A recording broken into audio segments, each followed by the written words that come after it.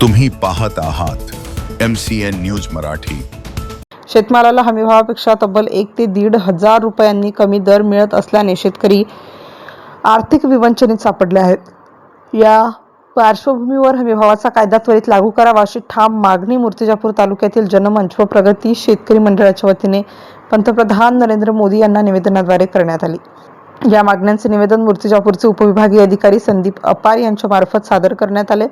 चालू व थकीत पीक कर्ज सरसकट कर्जमुक्त करावे, वन्य प्राण्यांकडून होणारी पिकांची नासाडी राष्ट्रीय हानी घोषित करून 15 वर्षांच्या दीर्घमुदतीच्या शेतकुंपण धोरणासाठी नाबार्ड व रिझर्व्ह बँक ऑफ इंडिया यांना निर्देश द्यावेत, तसेच केंद्र राज्य अनुदान जाहीर करावे अशी मागणी सुद्धा या निवेदनातून करण्यात आली आहे। MCN न्यूज मराठी करिता अकोल्यावरून धनराज सपकाळ।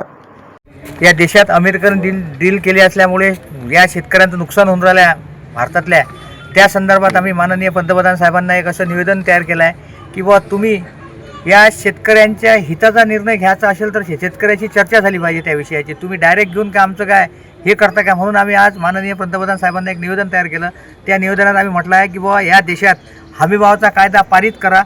त्यानंतर शेतकऱ्यांना जी कर्जमाफी घोषित केली आहे तुम्ही, ते कर्जमाफी घोषित करताना थकीत चालू याचा भेदभाव न करता 20 जूनपर्यंत टोटल शेतकरी थकीत होणार आहेत। त्यामुळे 30 जूनच्या कर्जमाफीत पूर्ण महाराष्ट्रातले शेतकरी बसणार आहेत। तरी तुम्ही या अर्थसंकल्पात तुम्ही पूर्ण शेतकरी कसे बसतील याची तरतूद करून 30 जूनला कर्जमाफी द्या। त्यानंतर आमचं असं म्हणणं आहे की बुवा तुम्ही शेतकऱ्यांना पीक विमा हा तुम्ही ज्या 3 टिगरवर लावला होता, आज शेतकऱ्यांच्या कापणी अहवाल झाले, सगळं झालं, खरीपाची पेरणी वीक वाक करून मोकळे झाले, तरी जर या शेतकऱ्यांना तुम्ही जर खरीपाचा विमा येतच नसाल तर विमा फाळून घेता कशाला तुम्ही? तरी शेतकऱ्यांना त्वरित पीक विम्याची रक्कम अदा करा।